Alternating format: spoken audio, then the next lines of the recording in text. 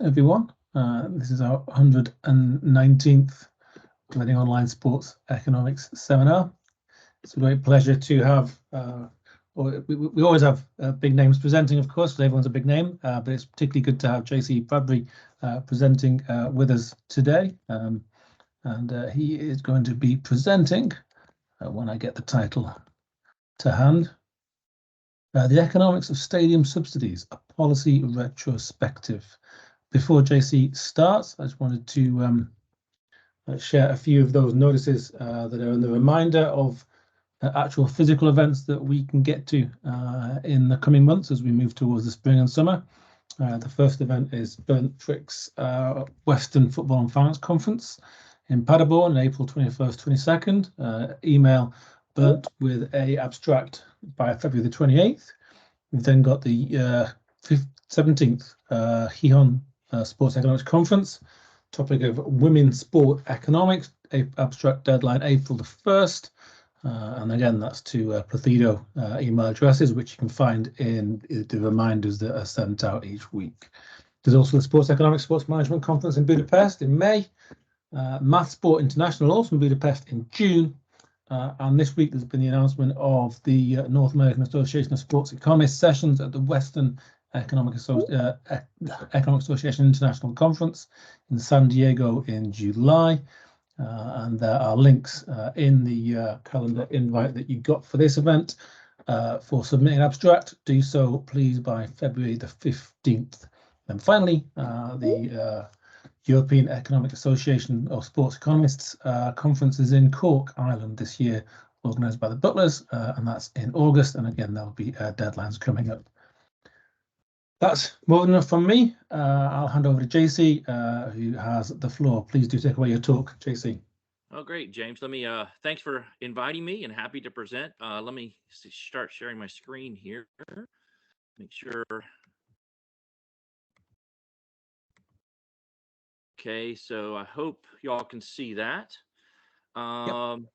Just, this presentation, I know I've got a large European audience, and I'm happy to speak to you all. This topic is mostly North American based, but I think it has some relevance to everyone. And this is joint work with Dennis Coates and Brad Humphreys. And we've really been working on this for about 2 years. And it started sort of with my doing some work on the Atlanta Braves stadium, which was being constructed right here 10 miles down the road from my house, and having to engage a lot of this sports economic literature on economic impacts. And I was realizing that, there's been so much done since some of the great work that Brad and Dennis had done their literature reviews. And I thought, well, maybe we should sort of update this, because it seems that no one was aware of this. And you start looking at their past studies. The most recent one published in 2008, that was nearly 15 years ago. So when you tried to point a journalist to it, they'd say, oh, well, I talked to some booster and they said that stuff doesn't apply anymore. And so we decided to update this. We wrote the literature review paper, which is forthcoming in Journal of Economic Surveys, but we had so much left over and we wanted to do something with more of a policy focus. So I'm not going to present here a new research paper, but we're sort of summarizing all the research that has been done for a policy perspective, so that people can understand why this issue is becoming relevant again, and what economists can contribute to it. And so it's not just for economists, but for people in the policy area, but also policymakers and media members who may have an interest in this topic, because it seems we're not having a lot of influence, and we'd like to try and change that. And the paper's almost ready to go out, and so I should hopefully have a public copy posted really within the next 2 weeks, that we've been going over making the final edits on this. So let's talk about why we're doing this again, because I think everyone here in this room agrees that stadium subsidies are bad policy. And so you go back and Brad and Dennis's seminal article sort of summarizing the literature, showing that the large and growing peer-reviewed economics literature shows that there's no evidence of economic impacts. In some cases, it's negative economic impacts. And this is a pretty mainstream opinion, because there was a survey that was done in 2017 of the University of Chicago expert panel. And 80% of the economists strongly agreed that stadium subsidies are likely to cost taxpayers more than any economic benefits they generated. And in fact, there's really only one economist who disagreed, and it actually didn't have to do with economic impacts. He argued there were some non-pecuniary impacts that might justify that, which is something we do focus on here. So the economic consensus is very clear on this. So why do we need to be studying this? It seems like this should be dead and over with. Well, the reason is it's become a policy problem. And so these are just some articles I grabbed from last year, some headlines about the Buffalo Bills getting $850 million in public subsidies in Tennessee. It's actually about 1.26 billion is going to that Titan Stadium as it is. In fact, I actually went and spoke to the city council about this topic. I was resoundingly outvoted on it, as the subsidies are largely going to pass. We have the issue with the Commanders in Washington. Here's one from Cleveland, but you hear things about Denver, Kansas City. It's happening all over the U.S. And really, this shouldn't be shocking us. As part of our analysis, we went back and we're looking at past stadium deals, and we wanted to see how they came about and how it had progressed through time. So if you want to go back and look at North American major sports leagues, we've gone through and gotten basically, you go back to the history of modern major league sports stadiums, which actually begins in 1909. You get replacement of wooden stadiums with steel and concrete structures for team sports. And so in the United States, this is where the sort of stadium, arena, ballpark, whatever you want to call it, initiative begins. And when you start looking at this, and so I have here a 10-year average line is what the trend here is showing, looking at stadiums and arenas. You can clearly see that there's a pattern of agglomeration. So you look at the beginning of the 20th century, and what you're seeing is most teams are just slowly getting stadiums. Some teams are coming into existence. Major leagues outside of baseball aren't necessarily major leagues yet. So just for clarification, if you're curious about this data, these are current major league franchises going back in time. So I don't, for example, if you're familiar with North American sports, you might say, well, what about the All-American Football Conference? No, I'm not including those. In any case, outside of baseball, most of those stadiums were pretty small and generic anyway. They weren't as important. But really what you start seeing is that after World War II, you see this sort of uptick in stadiums. And these are mostly replacements of existing stadiums. And there's some expansion going on here, but most of it is actually replacement of these stadiums that were built at the beginning of the 20th century and were being replaced with what were considered at the time very modern stadiums. And it's very funny to go back and read some of these media reports at the time these stadiums were open, because now people talk about what dumps these stadiums are. And at the time, they were considered state-of-the-art, beautiful. Wow, it looks like a flying saucer. And that was considered to be a compliment, not an insult, as it is today.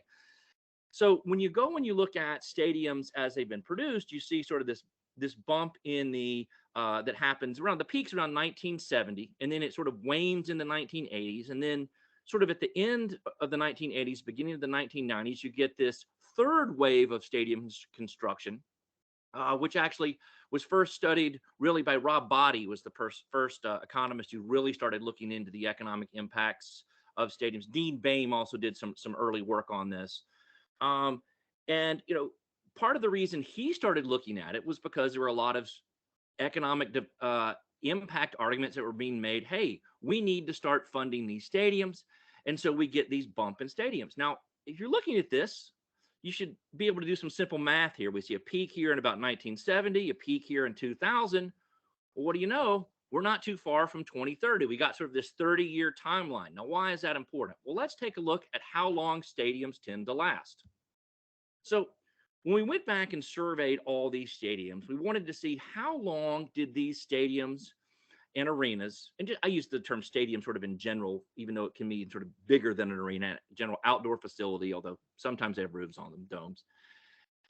Going back and looking at these stadiums by decades, you can see that the median age for hosting a team, that is the stadium doesn't necessarily get knocked down when it no longer serves a team, but a major league franchise deems it no longer capable of hosting them. So, for example, the Houston Astrodome in Houston existed long after the Astros and Houston Oilers were playing in it, but the teams had moved on to new stadiums, so we're not going to call that a major league venue anymore. So you look in the early part of the 20th century, you had stadiums that were routinely lasting 50 to 60 years. That was pretty much the norm. And then when you go through the 30s, 40s, 50s, 60s, 70s, you see sort of a steady decline through the 1980s to about 30 years. And the 1990 sample is obviously going to be a little bit truncated there. So, you don't have to pay attention to it if you want. But basically, we're looking at stadiums that have a useful hosting life. When I say useful, that is useful as determined by the owners, not by necessarily whether it's physical capital that's being used properly, about 30 years. So if you look at what we had here, this portends, hey, we may have another wave in stadium construction that's coming, and it looks like we may be observing that. So why is it that they're getting rid of stadiums after 30 years? Well, this is something that economists have studied actually quite a bit. And the novelty effect, or the honeymoon effect, is something that economists have been studying for almost my entire life. So Roger Noll was really the first person who postulated that the novelty effect might exist way back in 1974 in his edited volume.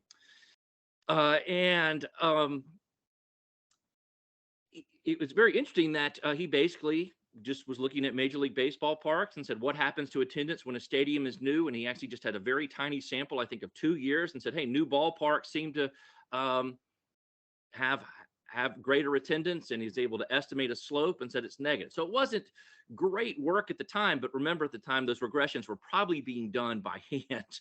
So they took quite a while to do, but Baden Sanderson in Sports, Jobs, and Taxes looked into the novelty effect across several teams.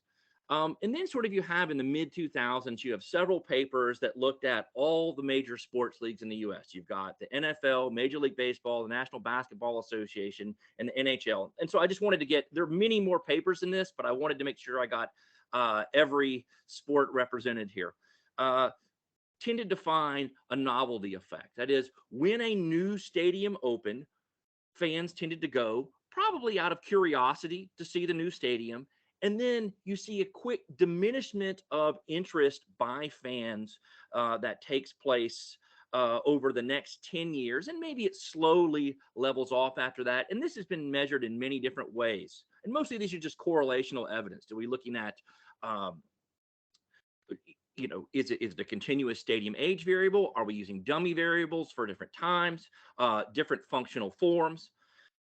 And it's something that I think could be described as one of the most robust findings within sports economics. And that is, everyone seems to find this no matter which way they study it, whether you study attendance or revenue. And I actually did a study more recently that was published about 5 years ago that looked at revenue of the sports leagues. And you can see this is actually these estimates are from that paper. It was an economic inquiry. And you see that when you open up a new stadium in the first year of operation, you get this big bump, and then it slowly declines. And that boost is temporary. And the interesting thing about this is that team owners early on didn't even realize they were having a novelty effect. So, for example, when the Milwaukee Braves opened in 1953, they moved from Boston to Milwaukee, they had huge attendance. And they just said, oh, well, this is what it's going to be in Milwaukee. And then after 6-7 years, people stopped going to the games, and they said, what's going on? And they ended up leaving the town. And they thought that there was something wrong with the team or the people. And I don't want to be clear here that this novelty effect also takes into account the quality of the team and other factors as well. So it's a pretty robust finding. So what this tells us is that really, if you have 30 years after a stadium is open, the novelty effect is pretty much done. And so if you're out here at 30 years, and you could be looking at revenue all the way up here in year one in a new stadium, if you're a team owner, you're going to be pushing for a new stadium. Now, the question is, do you want to build it yourself, or do you want to get someone else to help you pay for it? I think we all know the answer to that question. So what we see here is that this sort of regular replacement of stadiums has become so routine that now they're making jokes about it on The Simpsons, and that's what this is actually a quote from an actual Simpsons show about the stadium was just completed and it's going to be knocked down next week. And so these are several stadiums that have opened since 1990 that host major league sports franchises in the United States, and that are already been replaced or being planned to be replaced. And so you see that these stadiums are not even lasting 30 years. We're already getting rid of these stadiums and replacing them. And so looks like we might starting to see that new wave that looks like it might be coming. And if you want to look at what this cost is, so these just, these are those same stadiums, but I'm showing what the replacement is. So we have, for example, where I live in Atlanta, we have the Georgia Dome was replaced by Mercedes-Benz Stadium in 2017. And we look at the cost, and just, these are all in 2020 dollars. About $750 million is the public cost for that. Turner Field was replaced by Truist Park, not that, and that's real close to me.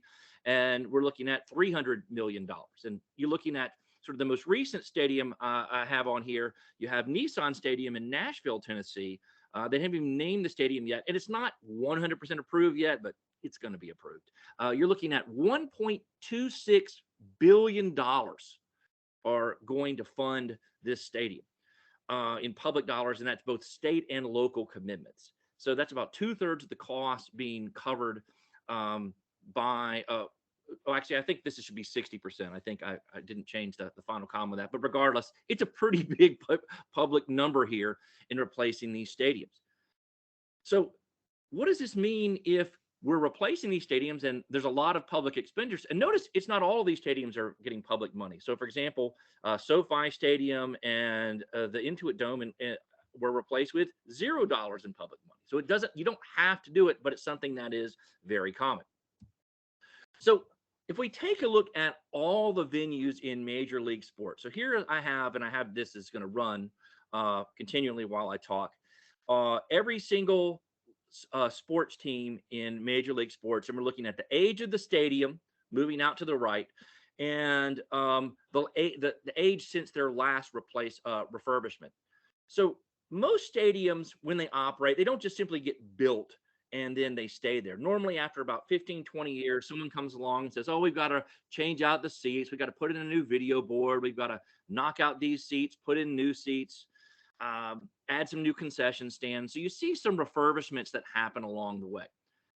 And so the dashed line shows the median age for all the stadiums in the 4 major sports leagues in the United States. And just, the refurbishment data is something that we had to go through and research actual media stories and find this. And so sometimes it's not clear how great these data are, but it's something that we try and verify from several sources. But if you take a look at what the median age is, as of now, it's about 24 years. That means by 2030, half of all of the existing venues that host Major League Sports teams in North America will reach replacement age. And 62 of the venues will be 30 plus years old. And so for 32 of those venues will have been 15 years since their last major renovation. And I don't know if you've seen Jeff Profiter's new book on property taxes and stadiums, but in it, he talks about how sort of major refurbishments tend to extend the lifespans of stadium about 15 years. And extending the life of the stadium with a renovation isn't something that is necessarily cheap. So for example, in Baltimore, recently, the state legislature of Maryland approved the issuing of bonds for $1.2 billion to refurbish both the Baltimore Ravens Stadium and Baltimore Orioles Stadium. And by the way, that's not limited to $600 million apiece. They can actually ask for more bonds if needed. So even refurbishments can result in a lot of public funding. So we're still seeing a lot of public funding here. And so let's look at the past stadium waves. And if I went and looked at what happened going from the 1960s up to the present, and we try and predict what happens if we replace every stadium after it reaches that 30-year replacement age based on the stadium replacement cycle. So the dotted bars here take out stadiums that have already been replaced. We look at what if every stadium, once it hit that 30-year mark, we replace it. Now, That's obviously not going to happen. It's not supposed to be perfect, but just to give us an idea of what that trend would be. And even if it's not replaced, perhaps there's going to be an expensive replacement that's put in place as well. So we're looking at a potential fourth wave in stadium construction that may be happening. And it's something that economists, I think, need to be preparing for, because you're going to see a lot more requests for public funding. And in fact, what we saw last year was largely the result of this wave building. It's also been encouraged by some COVID stimulus funding, in that teams have found out that they can get access to this funding. And so state legislatures are willing to put forth money, not just local governments. And I think it's interesting, for example, in Tennessee, the state government is putting $500 million towards the Nashville Stadium. Now, as someone who has lived in Tennessee, which is a long, skinny state, people on either side of Tennessee, Nashville's right in the middle, might be a little upset about that having their tax money going to fund that stadium in Nashville. But that's where a lot of the COVID funding stimulus money is. And there seems to be some willingness among state legislatures to contribute to this funding. So what has happened to public construction costs? So what we have, when we went back and looked at all the stadiums, we gathered data of total construction costs and public spending and measure that as a percent. And so this is just looking at the share of public funding. And you see early on, stadiums were built almost entirely with private funding. And those that weren't were really just stadiums that weren't even built to host a football team. So for example, Soldier Field in Chicago or the Memorial Coliseum in Los Angeles, those were really just built as big venues that happened to end up hosting football teams. In the case of the Coliseum, it briefly hosted baseball. That was an interesting endeavor. But anyway, basically, once you get to the 30s, pretty much almost all stadiums are purely publicly financed. And then you start seeing, getting into the 60s, 70s, 80s, it declines somewhat. And so it's very tempting to look at this graph and go, oh, look, see, sports economists started talking about this in the 1990s, and the government share started to go down. See, we're having a really great effect. People are understanding that stadiums aren't great public policy. We're spending a lot less. And I'm sorry that is not correct. That perhaps there is some cost sharing going on, and maybe we're having some influence on that on the margin. But in fact, the total public funding going to sports stadiums is actually going up.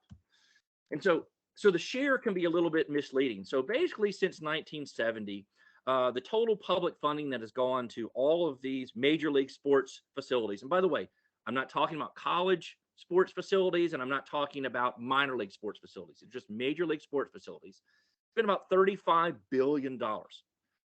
And if we replace the remaining venues that have been constructed since 1990s at the median level of public contribution so far, which is $500 million, and I don't think it's going to be $500 million. I think it's going to be higher. We're looking at a total of $20 billion in public spending on stadiums by 2030. And by the way, these are all in real terms. And so one of the things when you look at this graph here on the right, and I include both stadiums and arenas in this just because it's easier to see. If you look at the public contributions on these bars, they're going up. The reason that the public share of stadiums is going down is because stadiums themselves are just being built a lot nicer.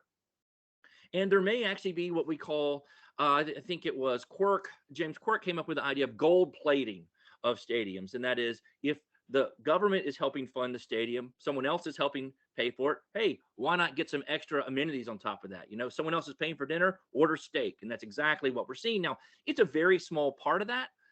But as sports are a normal good, and spectators who go to sporting events want to see nicer venues, teams want to build those nicer venues because people are willing to pay for it. And so you're going to get government to ask you to help you out for this. And so governments are actually spending more and more on stadiums. And, you know, you take a look at example in Nashville, Tennessee, you have an example of a stadium. By the way, their existing stadium is, I want to say, 23 years old right now. Maybe it's 24 years old. And so, I remember when it opened, and it's, they're already talking about replacing it with $1.26 billion in public money, and it's passing overwhelmingly. So it's something that it's a policy issue that perhaps we need to pay a little bit closer attention to, even though it seems like we've already won that debate. So let me talk to you briefly. What I want to do is walk through, and what we do in this paper is sort of walk through the arguments relating to the public funding of stadiums and how they come about. And so the first part of this is sort of summarizing the literature that we identified in our recent paper that came out in Journal of Economic Surveys. This is with Dennis Coates and Brad Humphreys.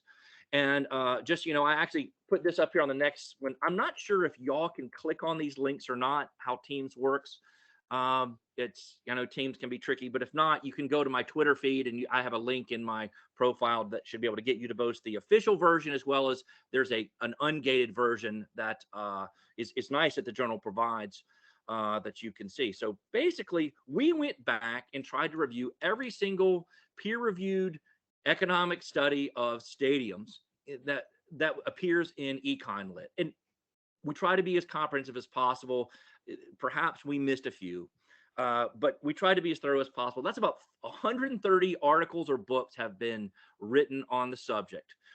Basically going back, I think the earliest one, you can get a few that you could count from the 1970s, but really this literature starts in the late 80s, early 90s.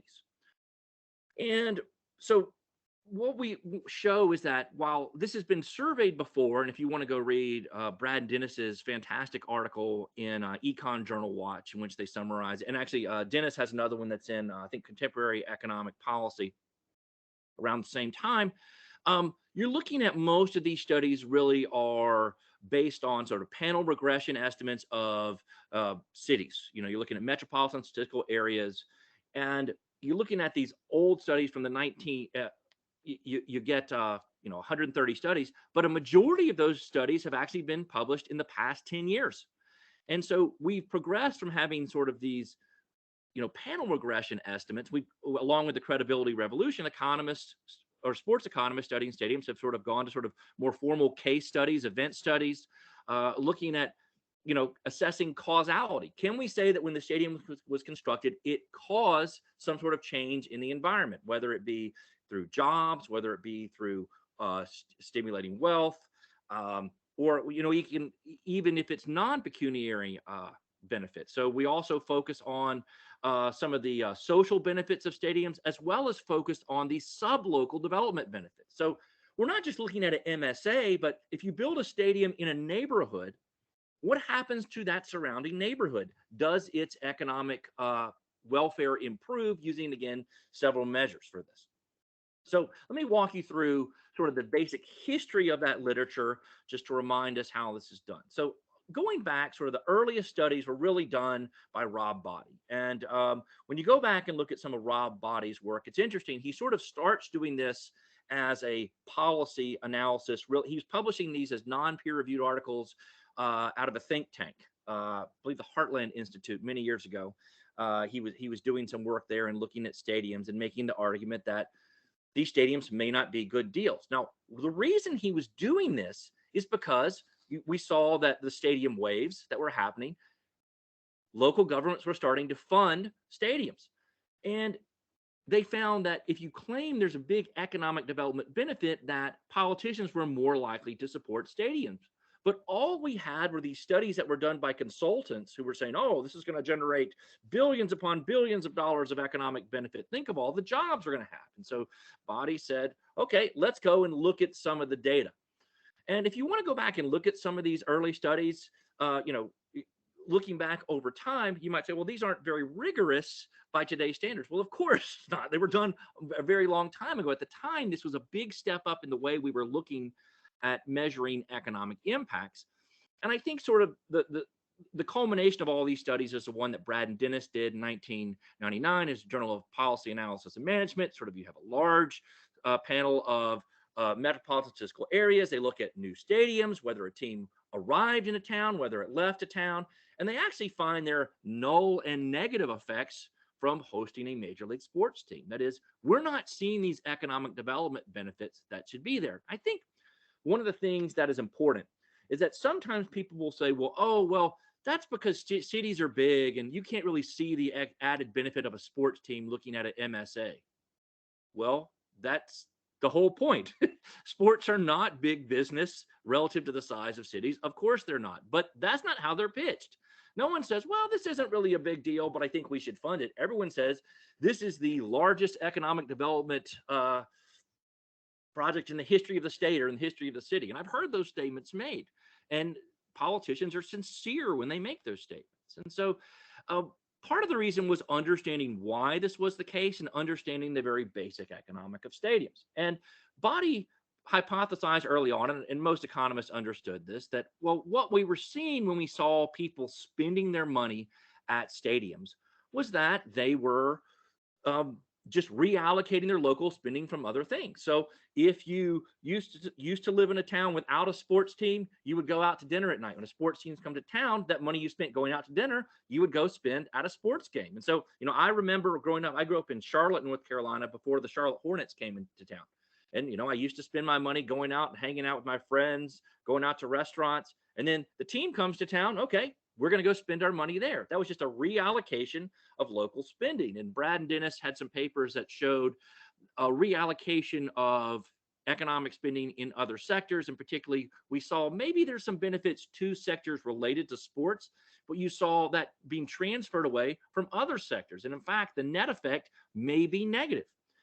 And there've been some more recent studies done on this. And I just have one paper that just came out up here from a reef. Brad is a co-author on this, that looks at migration of populations from cities that lose teams or cities that gain teams.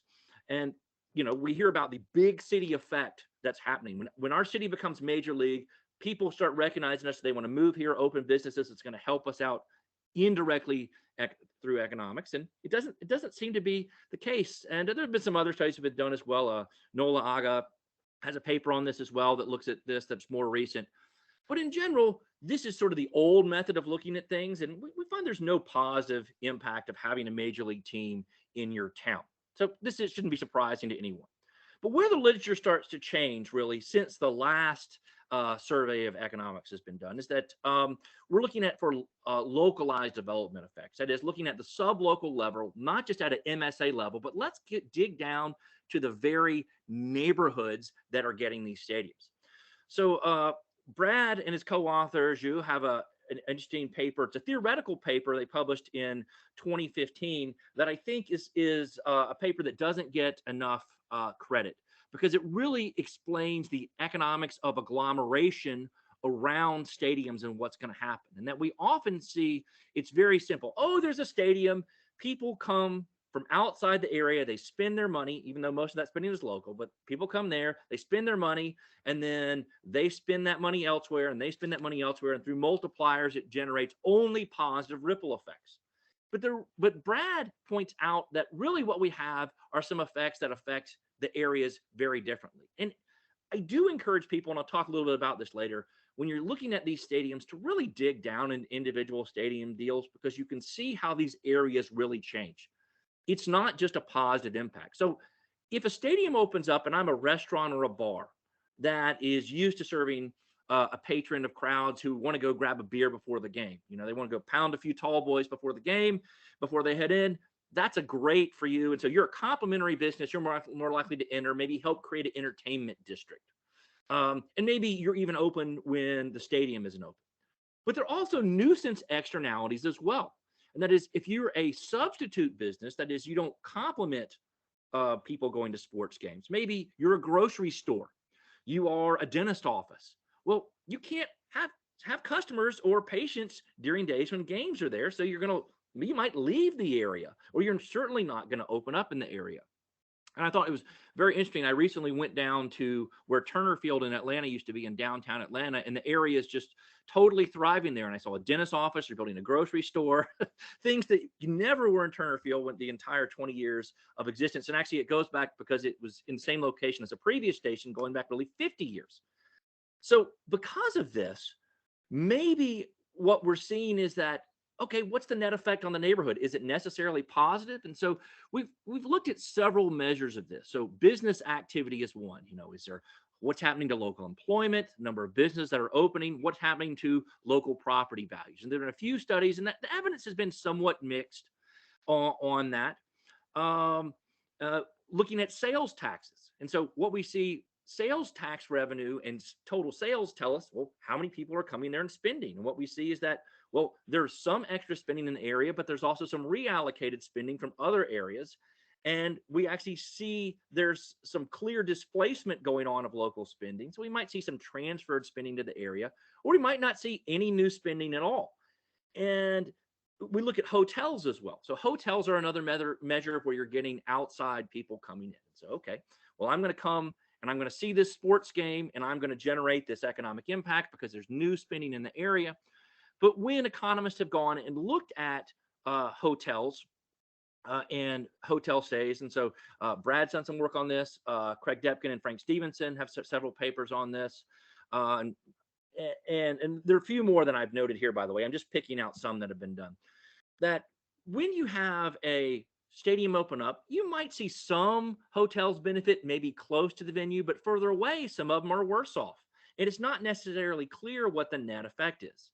But overall, all of these studies seem to show that there may be some positive effects to a neighborhood of having a stadium, but the effects are limited, very limited to the immediate vicinity. We're talking to within 1 to 2 miles of the facility, and limited to only specific types of businesses. You don't tend to see a grocery store benefit from this. You sort of see restaurants and bars benefit from this.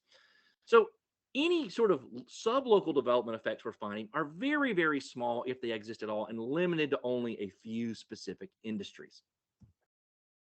Now let's look at the social benefits from just being a big league city, or just the glow you get from having a big league team in your town, or just the happiness you get from being able to talk to your co-workers about how your local team is doing. And so there's sort of, and this is something I think is important for us to focus on. There was an article that was published a little less than a year ago on the social benefits of the Buffalo Bills Stadium. And it was published in the New York Times. And in fact, they cited the article that Brad Dennis and I had published in Journal of Economic Surveys, but they apparently didn't read it, because they talked about, well, it's going to cost a lot of money, but look at all the people who are benefiting at this diner who I went and talked to. Well, economists have studied social benefit. It's something that people don't realize. And so sort of the earliest methods for studying this was using the contingent valuation survey method. And so we're going to go and survey people in towns with major league teams and college teams, other types of events, and say, how much do you value having a sports team? And it turns out that the existence value that people hold in local areas is positive, but it's not nearly large enough to justify the subsidies that are received. And I'm going to show you some of the summary evidence of that in just a second.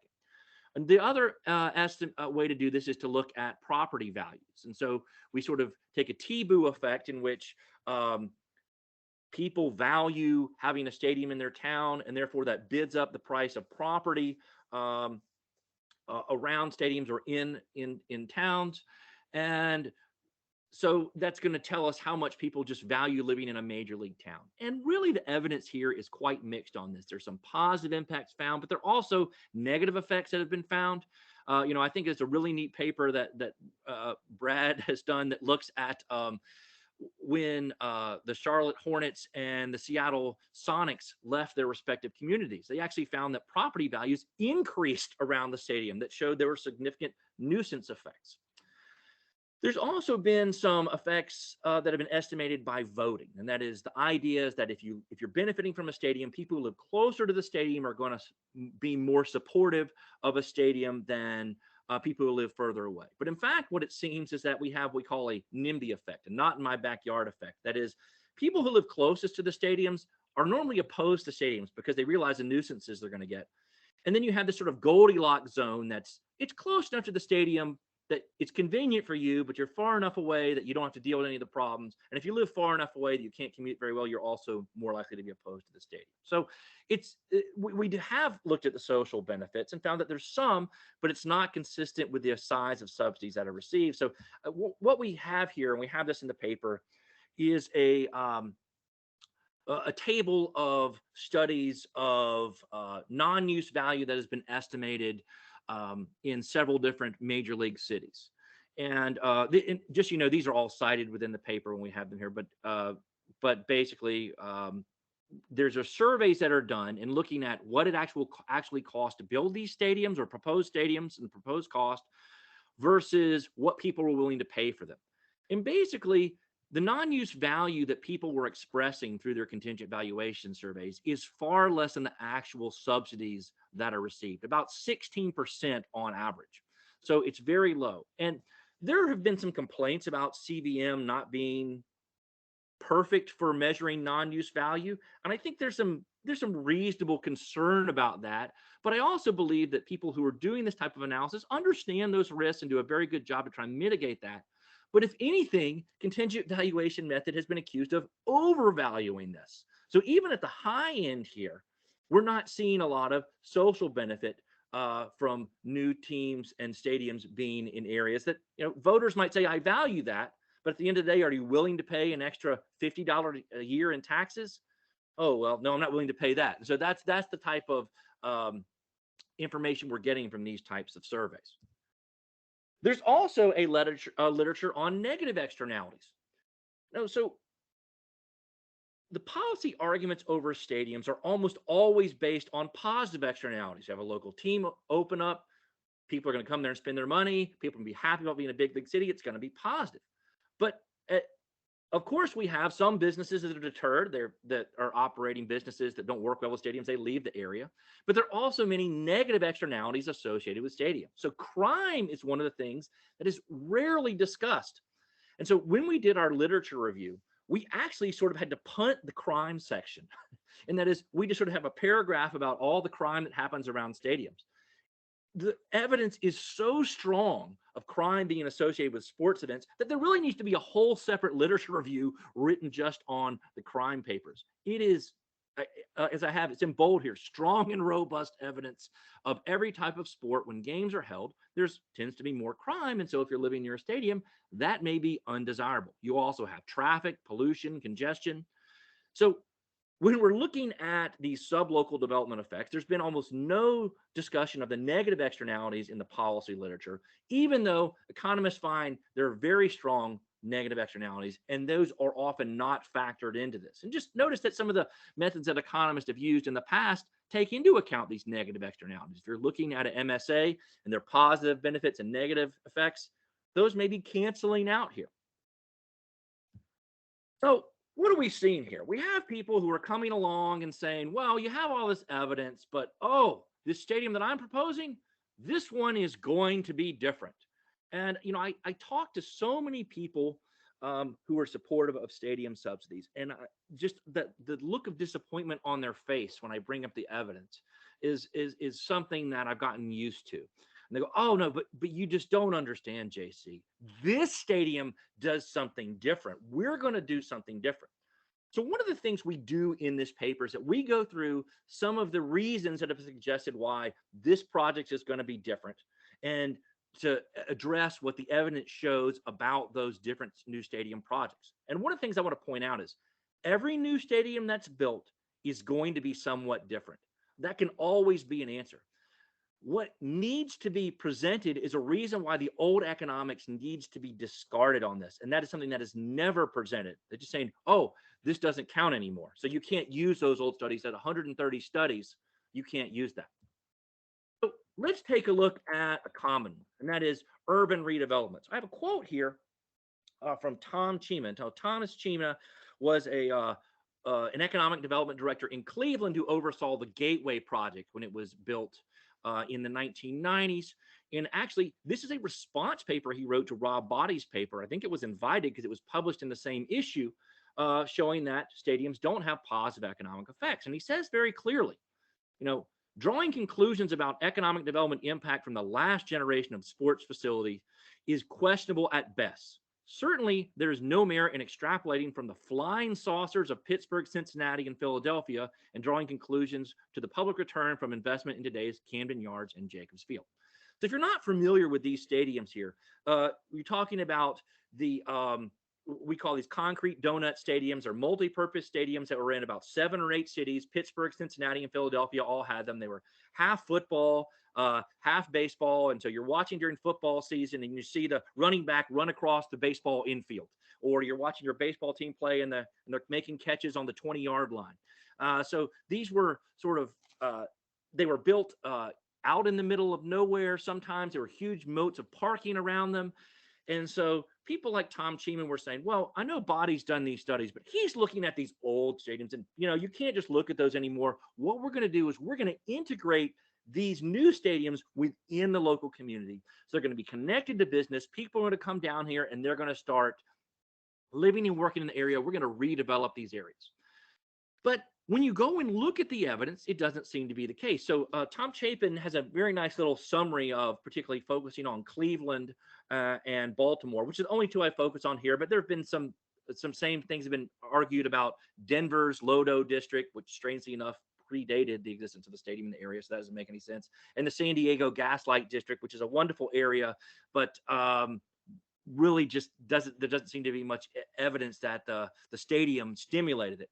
But so when Chapin went and looked at the Gateway district, he basically finds, hey, well, it actually is a nicer area than it used to be, but other areas in downtown Cleveland aren't as nice. So it's sort of taken away from those other areas. So we see this reallocation of spending.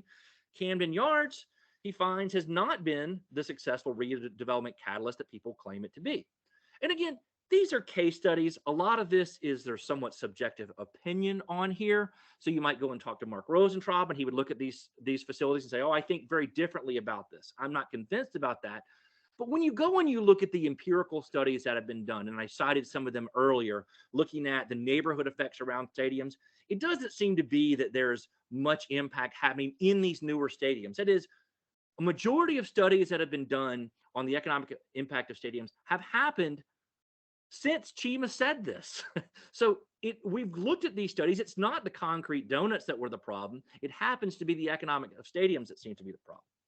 So a related type of change that's going to make these stadiums work are ancillary developments or pre-planned ancillary developments. And so these are some quotes about two recent developments, one of which is right near my house. There's my good friend Mike Plant from the Atlanta Braves saying, we're going to build a city and we're going to create tons of jobs, tons of density, and year-round tax revenues. And that's what's going to make this whole formula set a new standard and result. If you're not familiar with the Atlanta Braves development here in Cobb County, it has a stadium, but the Atlanta Braves bought up a whole bunch of areas around the stadium. It's about 2 blocks, and they developed it. They put in restaurants, apartments, and there was supposed to be retail. The retail, of course, ended up not working out very well, but they own it, and they said, we're going to make this a new area of commerce. And so this is going to generate all new tax revenues for Cobb County, which was giving about $300 million to fund the stadium. And everyone's going to be better off because of this.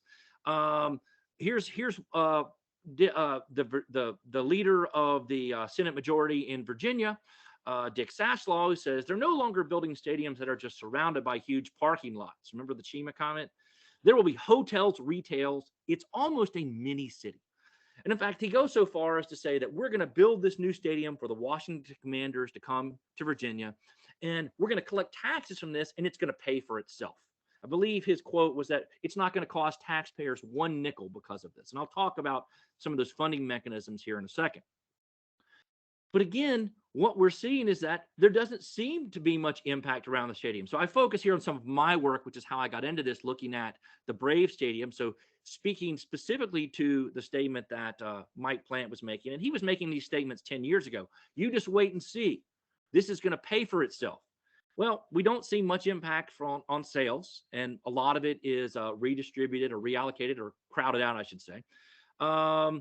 There's doesn't seem to be much impact in the businesses surrounding the area or on county property values that would increase county property taxes. I'm a Cobb County taxpayer. I go to the stadium once a month for a meeting because that's where the development authority I'm on meets across the street from the stadium in the Chamber of Commerce.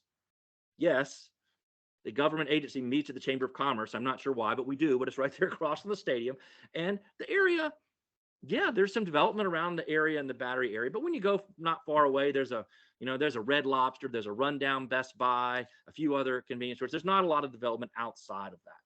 So we haven't, and look, you can argue with my perception. I'm sure a lot of people will look at that and say, oh no, look at all this development. When you go and you look at this empirically with the tools economists use to identify causality, there doesn't seem to be any stimulating effect from having this stadium around in the area.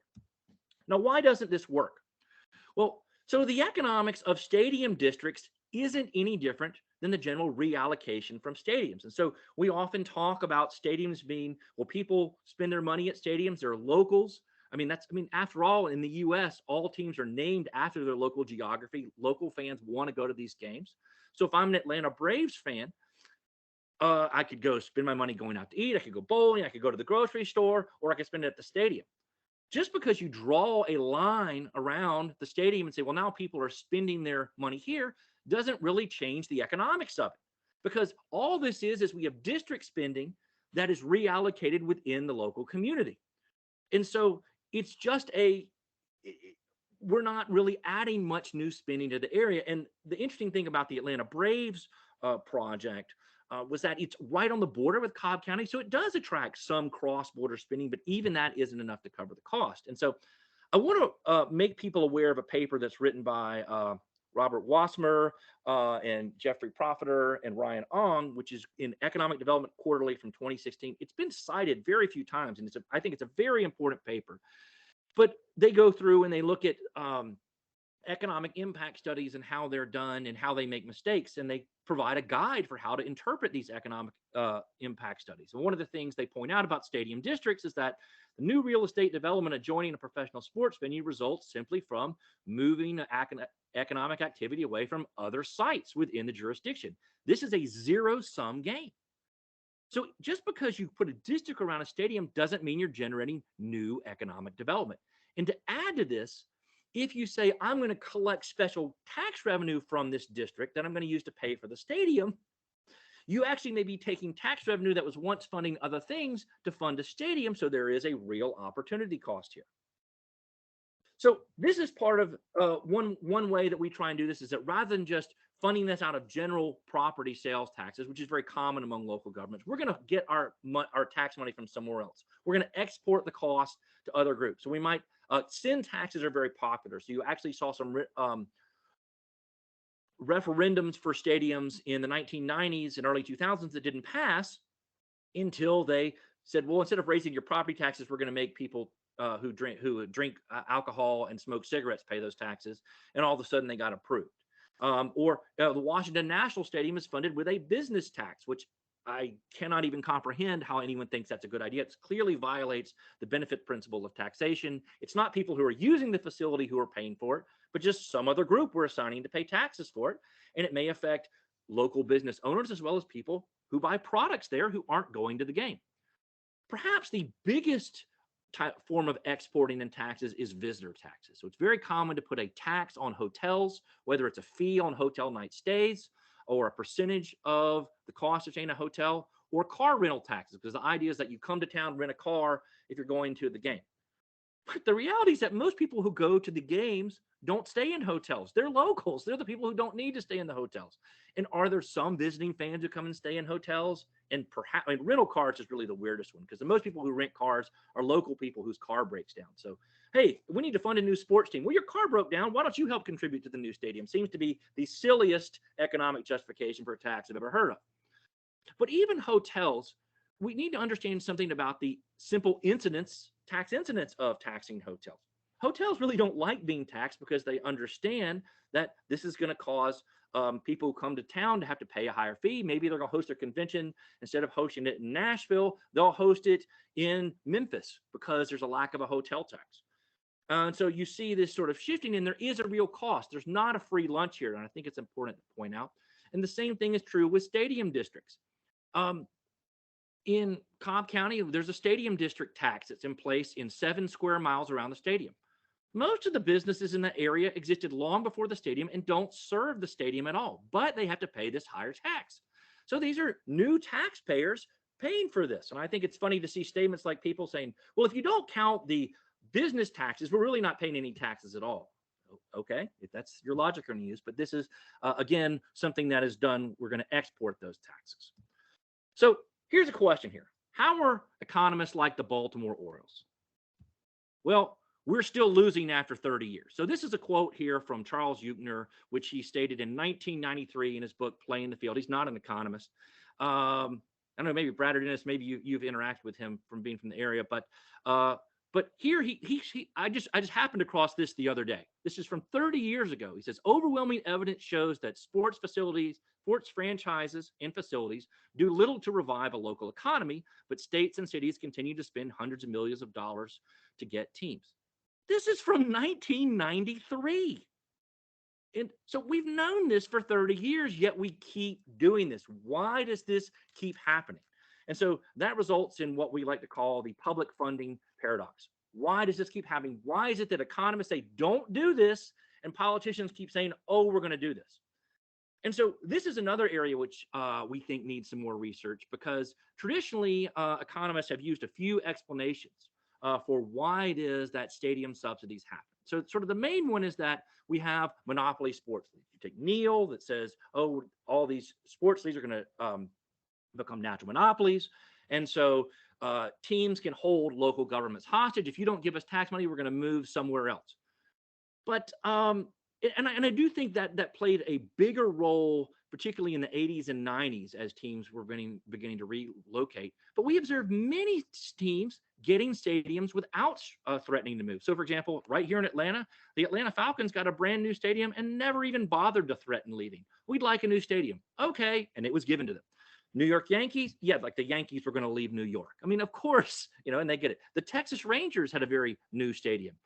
We would like a new one. Okay, here it is. And that one was actually passed during a referendum. Voters actually supported funding that one. I also think it's interesting to look at some of these case studies. So Tennessee Titans are one I've mentioned. They're pretty much getting a new stadium without any relocation threat. The Washington Commanders are neat because that's an area, if you're familiar with DC, you have sort of the District of Columbia itself, Virginia and Maryland are sort of the three jurisdictions around that area where you have a lot of Washington Commanders fans. And basically, the Washington Commanders went to Maryland, and the governor of Maryland basically told them to go jump in a lake. It says, how dare you try and make us bid for you? And in fact, then they passed a law giving money to the Ravens and the Orioles just to stick it to them. And they go, we're going to redevelop the area around the stadium, whether you stay or go, so it doesn't matter to us. So it doesn't seem that this is enough to explain why these stadiums are continuing. Even without relocation threats, teams seem to be getting stadium subsidies. There's also the case of concentrated benefits and dispersed costs. And this makes perfect sense. You have some clear winners in this demand for stadium subsidies. Team owners, very wealthy individuals.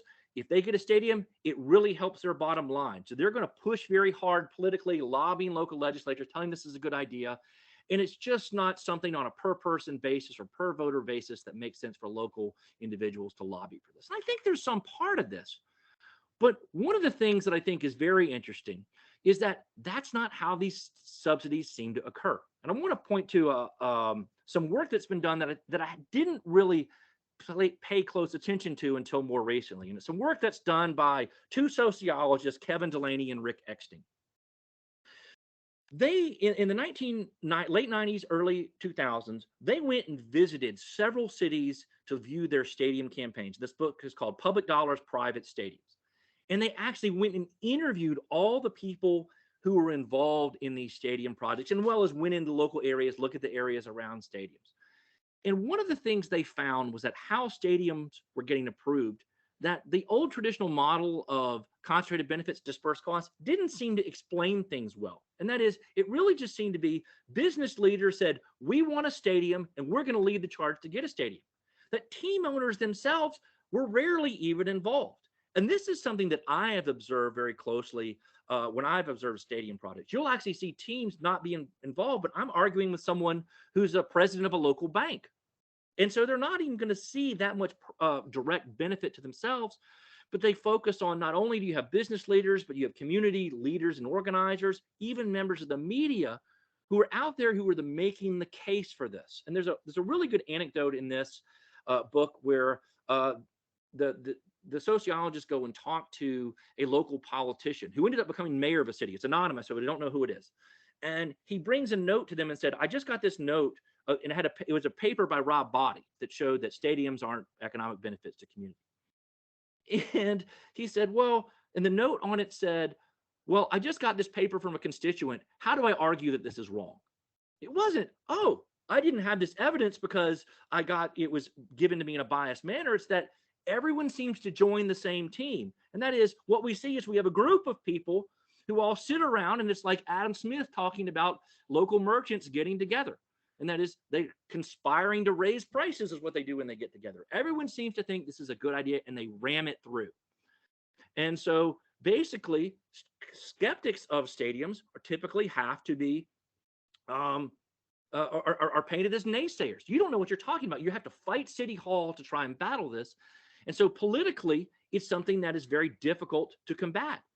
And so I think it's important to understand how this may contribute to current stadiums happening, because just simply throwing more studies at politicians doesn't seem to be doing a lot. And this can be exacerbated by another type of study that's being done, advocacy studies. And this is something that's been called the promotional litter. I think Brad and Dennis call it. But so these are commissioned economic impact studies where you go and you hire one of these firms that will give you a study if you ask for it. Most people on the staff are not even economists, or you might even find a PhD economist and pay them a fee, and they'll do it for you. And they use these programs like Implan or RIMI or some other type of program that no true economist actually uses.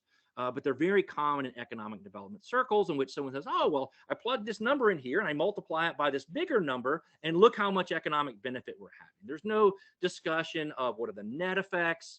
It's all confusing, overestimating the benefits, underestimating the cost.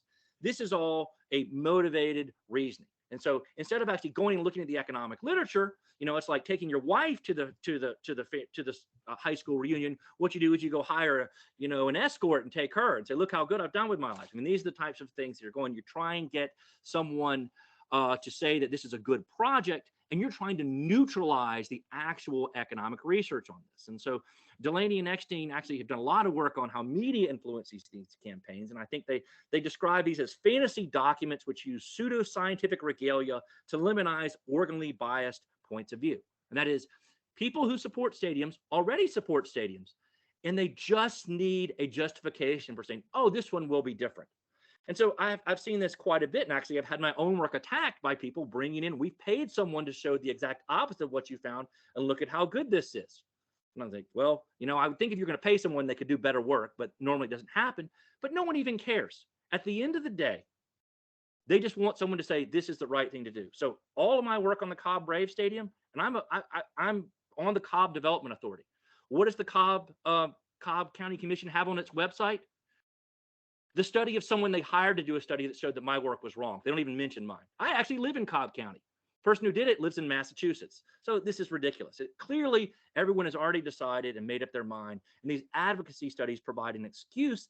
And it really becomes a problem because people tend to believe these things. And one group that Delaney and Eckstein find that is particularly sensitive to this is the media. And they call this the convergence. And that is, media members tend to be very friendly with sports teams, and that they tend to say things in headlines like, oh, this could generate hundreds of $millions for the economy, according to a study, at the very bottom, that just sort of pollutes the atmosphere there because people think it's realistic when in fact it's not. And part of this, I think, has to do with reporters themselves.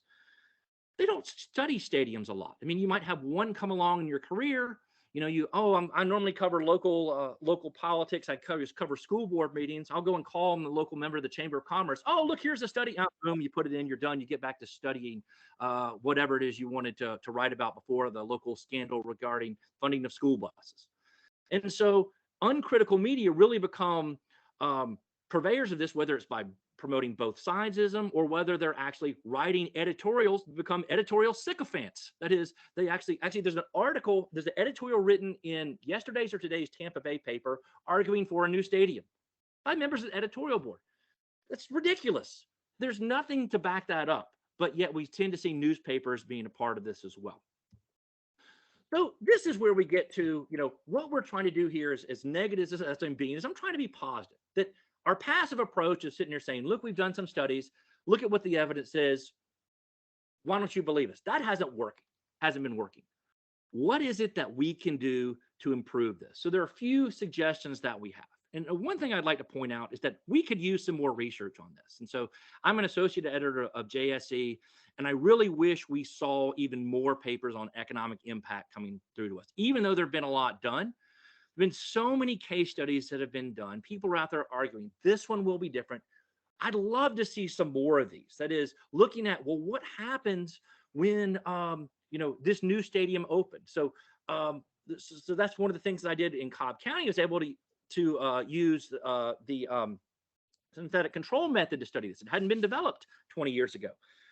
I would love to see more studies using difference and differences or regression discontinuity or other new methods that might help show, hey, this is still a bad idea.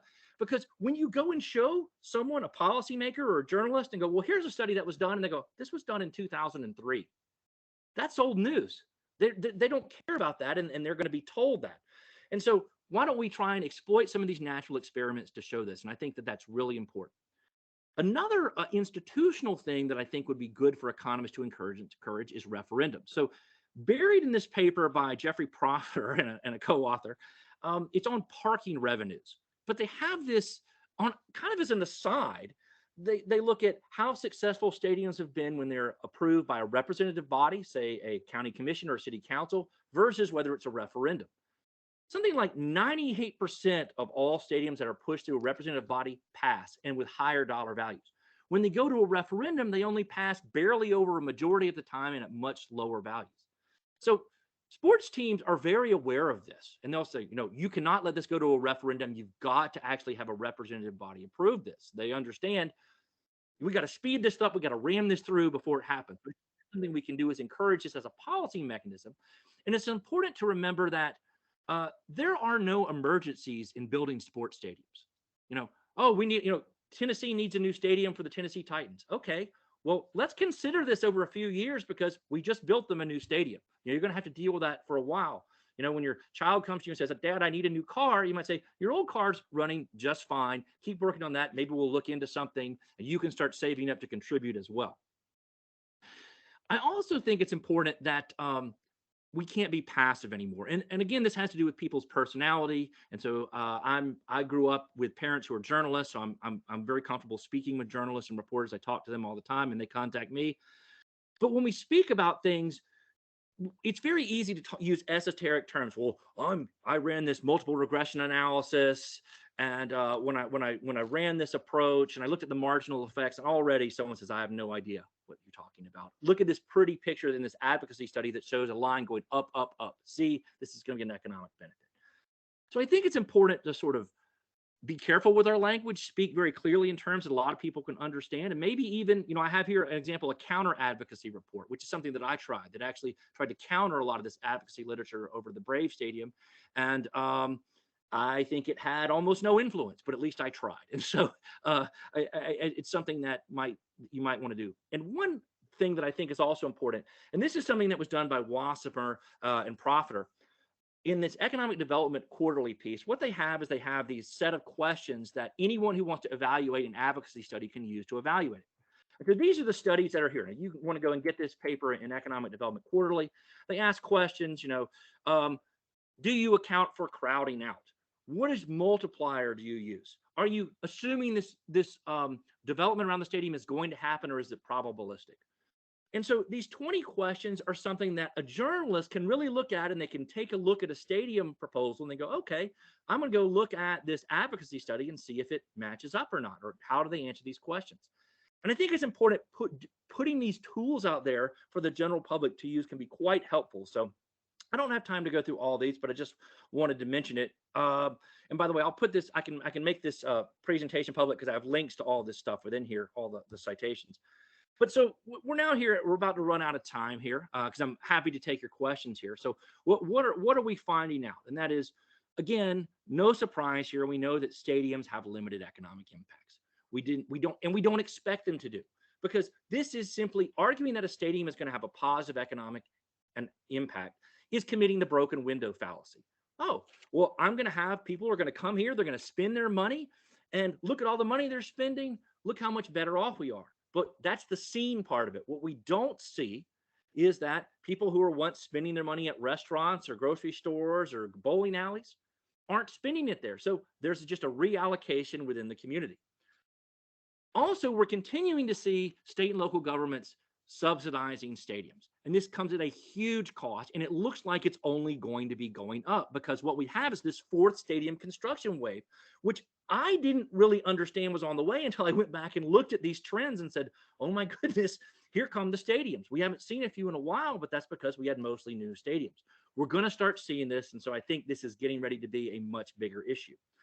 And I also think it's important that we might want to go beyond just being sort of the economic the policy imperialist that economists can be. That is, oh, why is it we have stadium subsidies? Well, concentrated benefits, dispersed costs, monopoly of sports leagues. Those are contributors, but there are other people who are studying stadiums who really help me understand how these are coming to existence. So, for example, I mentioned Delaney and Eckstein, her sociologists.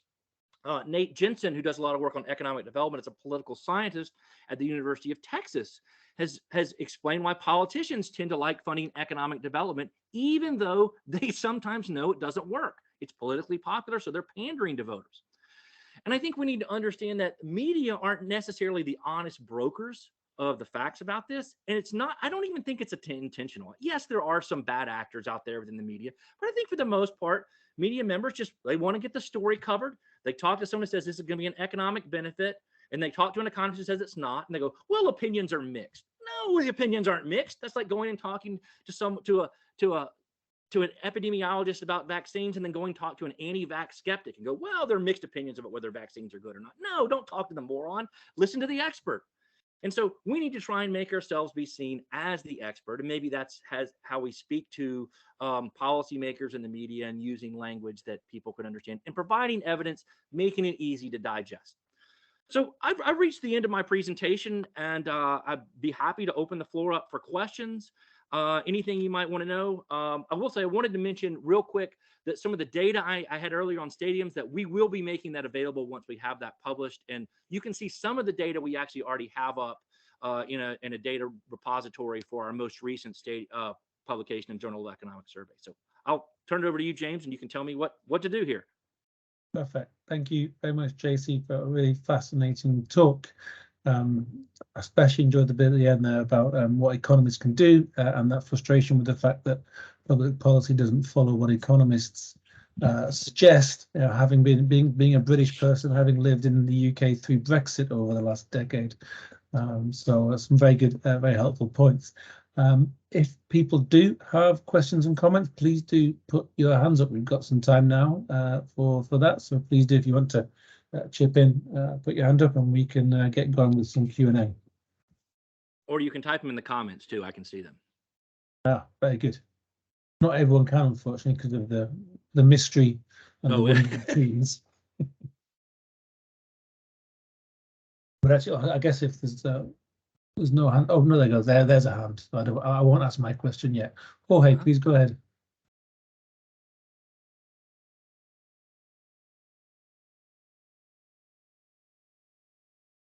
You might still be on mute. Oh, hey, I don't know.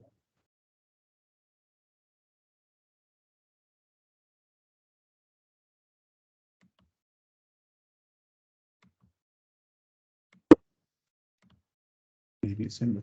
So his microphone's not working. Okay, well, Jorge tries to fix it. One of the things that I was kind of just thinking a little bit about while you were presenting was another effect that people talk about of maybe more general sporting facilities rather than necessarily big stadiums is the sports participation effect. The legacy of the Olympic Games is everyone will do lots of sport for years and years afterwards. But I mean, perhaps on a more local level, is there any kind of idea that sports franchise sets up and more kids are playing baseball in the area or basketball or whatever, that kind of thing? Right. I'm just not that familiar with this literature. I know there has been some research of that, how it is that having a team in your locality can help develop prospects to play elsewhere. And that's done more so within the kinesiology, sport management literature but I'm just not that familiar with it. And I will say that, you know, there was some has been done in dealing with particularly the Olympics. So I know particularly some of those CVM papers have looked at the Olympic Games, and maybe there's something in those papers as well. But I personally am not aware of them. But I know there has been some discussion of it. I just don't know what the answer is. Yeah, yeah. Questions, comments? Stefan.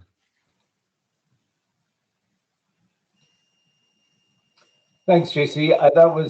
That's really useful. These surveys are like a public service. I think they're the sort of thing we're all going to use, and so thank you for providing it.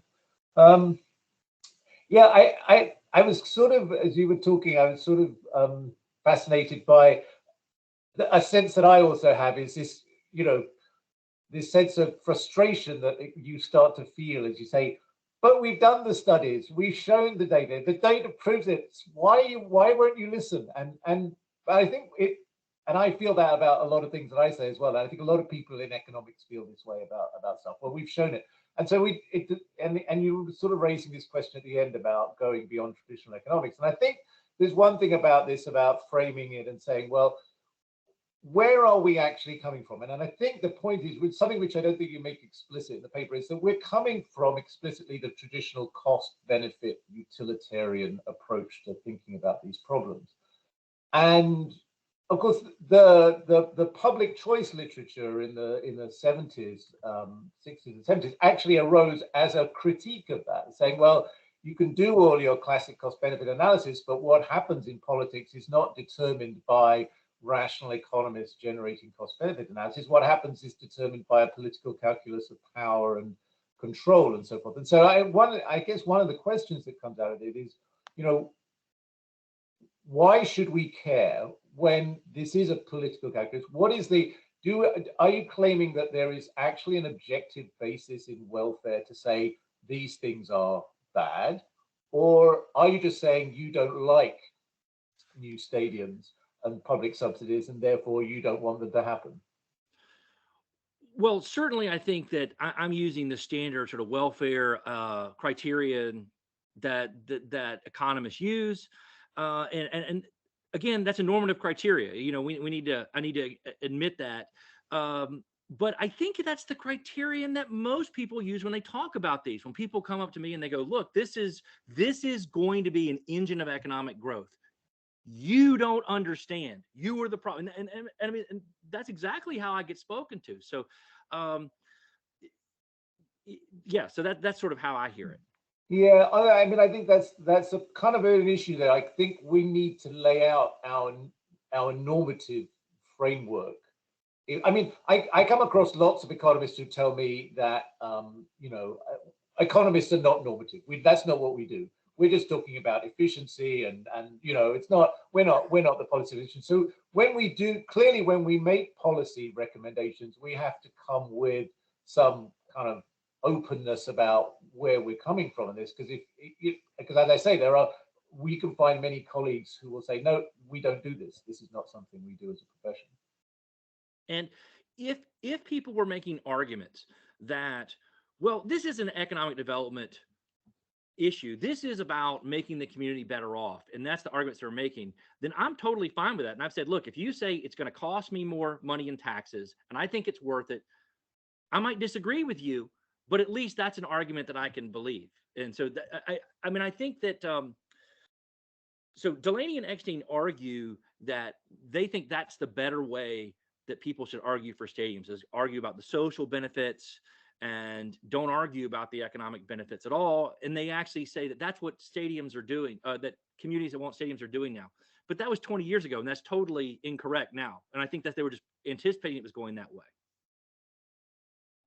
Yeah, no, because I think the other thing I think about this is that what's happening here is that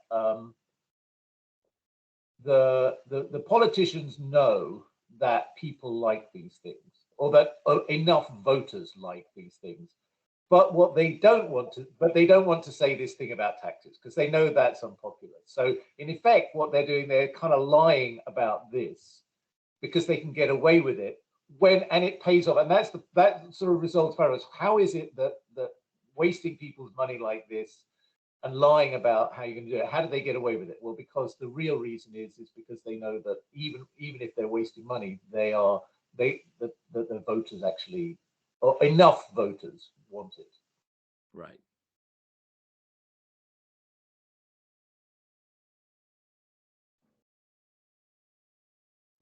Oops, I think you're muted. Thanks, JC. Yeah, I was muted. I saw Jorge briefly appear. I don't know if you fixed your microphone problems.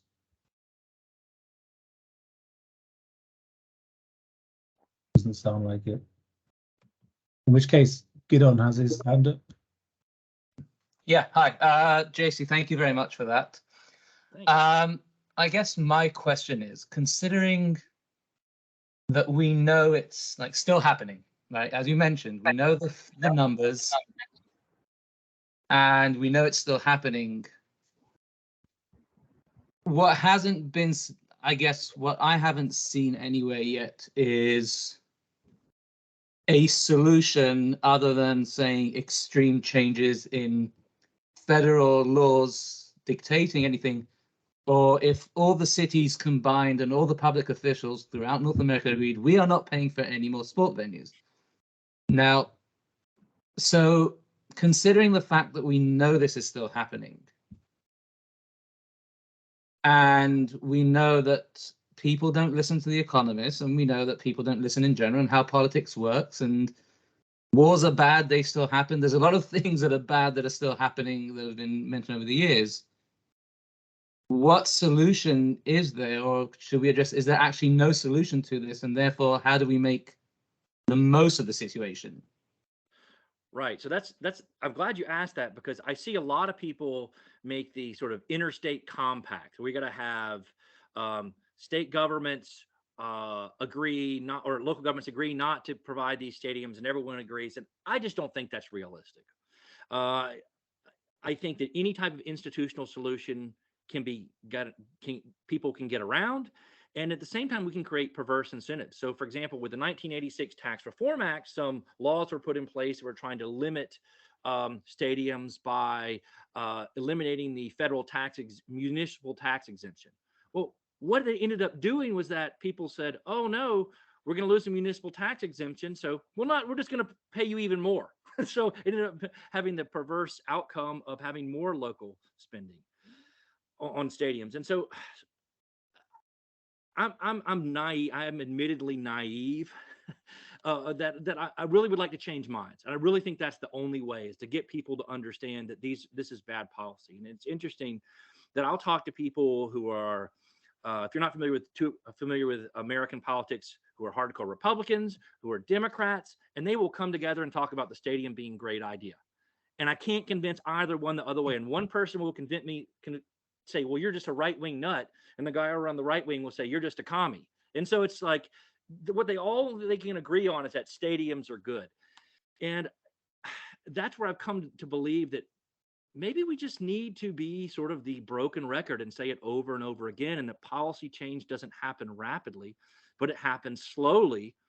And I guess, I mean, I like to go to things straight up and honestly. And so that's not a very satisfying answer, but that's kind of the way I've approached it. I think that is the state of affairs, is that. My question is, say as an economist, if you went to the public sector or the private people, said, look, I'm not going to convince anyone to stop this. How are we going to at least make this so we get the most out of it? Sort of say, if you're going to build the stadium, then why don't we work together to say, let's build the stadium maybe at least somewhere that we think can be more beneficial, as opposed to, if you're going to say to them, don't do it, they'll do it anyways, as opposed to saying, why don't we work together to at least create a, so the economic impact we know doesn't justify the subsidies, but we can at least try and make a few more millions out of it, I guess. Well, the problem is that those aren't sincere questions that are ever asked. And and what can happen? So, for example, some of this early idea that maybe we could integrate stadiums into communities and make them be successful, that's some of the stuff that Rob Body was even saying in his early work. Oh, you can't have some of these stadiums out in the middle of nowhere. Maybe you need to integrate in the community. And it turns out that it hasn't worked out. But anytime you make an argument, well, here's a way that would make it best, you end up funding lots of a new stadium. And I'll give you a perfect example. So Andy Zimbalist was a consultant on the Worcester minor league baseball stadium. And his idea is, oh, I'm going to try and make this better. It was a complete con job. It was a terrible policy. And all he did was give cover to people to give stadium subsidies. So I'm very hesitant to work with anyone like that, saying, how could we make it better? Because reality, when I'm asked about that, the question is never sincere. It's just, how can you justify how this is good? What excuse can you give me? Yeah, no, I think the fact of the matter is we don't have solutions right now. Like there is, yeah. As I said, if unfortunately Cory Booker, who tried to change things federally with the tax exemptions, and that failed a few years ago, I think. And what we're seeing now is, we're talking about North America, but this isn't just a North American thing anymore, because we see it happening elsewhere as well. Like it's not just in North America now that sport venues are being publicly financed. And I would love to know more about what's happening outside the U.S. in terms of public financing of stadiums. I know there's some, but I think there's a lot that needs to be written on that. I think that's a big that'd be a big asset to the sports economics literature. I'd love to see that. Thank you. I'm done, by the way. Thanks, Guido. Any other questions and comments? I've asked Jorge if he could type out his question. We've got a few minutes left. Ian Gregory-Smith. Hello. So I don't really know this literature at all. So, but it does occur to me that like media revenues on these franchises are absolutely huge and they're growing exponentially. So, is that taken into account? These teams have to play somewhere. So, without these stadiums, do we get these multi-billion media deals? Is that in in these cost-benefit analysis calculations? So, well, I mean, if you have most of sort of the benefits for having the new stadium are really spectator driven.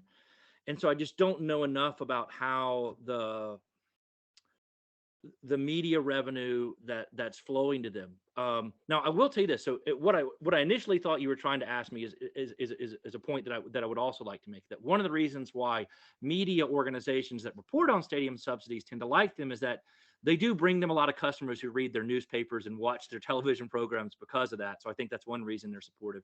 But I'm just not sure about how these other aspects of revenue from media are impacted by it. In my own work, I've looked at sort of revenues from new stadiums and including that media revenue. And it does seem to be that even from other sources, teams do better when they build new stadiums.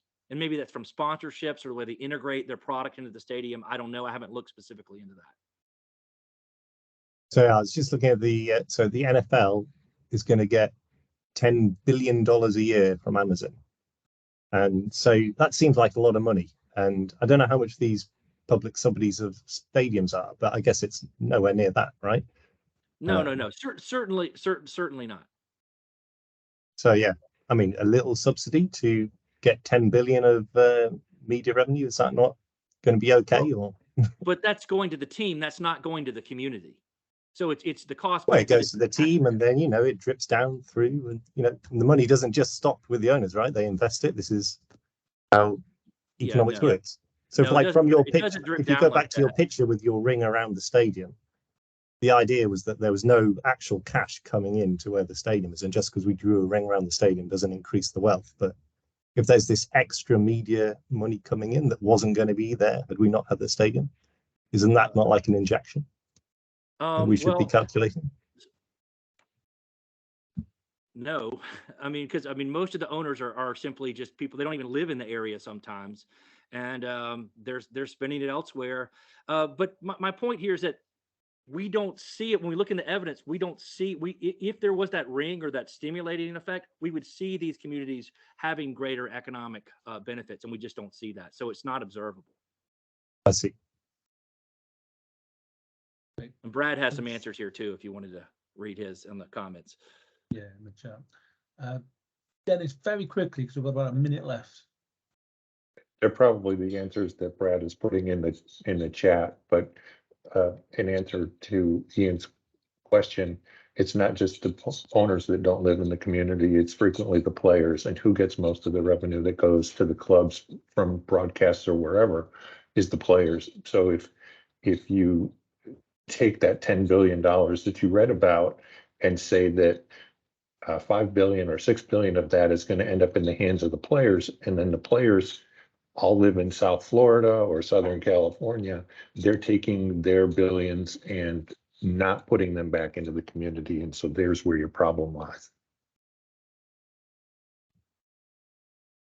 Great, thanks, Dennis. We're going to wrap up.